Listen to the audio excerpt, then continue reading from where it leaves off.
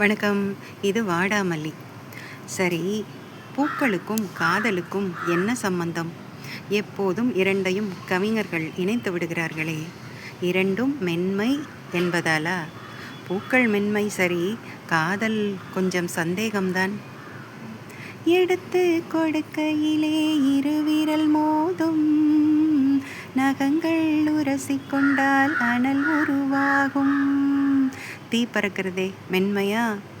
உள்ளங்கை சூடுபட்டு மலர் கொஞ்சம் வாடும், மங்கை நீயும் சூடிக்கொண்டால் அது கொஞ்சம் ஆறும். பாடல் தெரிந்ததா? 2 கண்ணம் சந்தன கிண்ணம், தொட்டுக்கொள்ள ஆசைகள் துள்ளும், பூவை கையில் பூவை அள்ளி கொடுத்த பின்னும், தொட்டு தந்த கையில் மனம் வீசுது இன்னும்.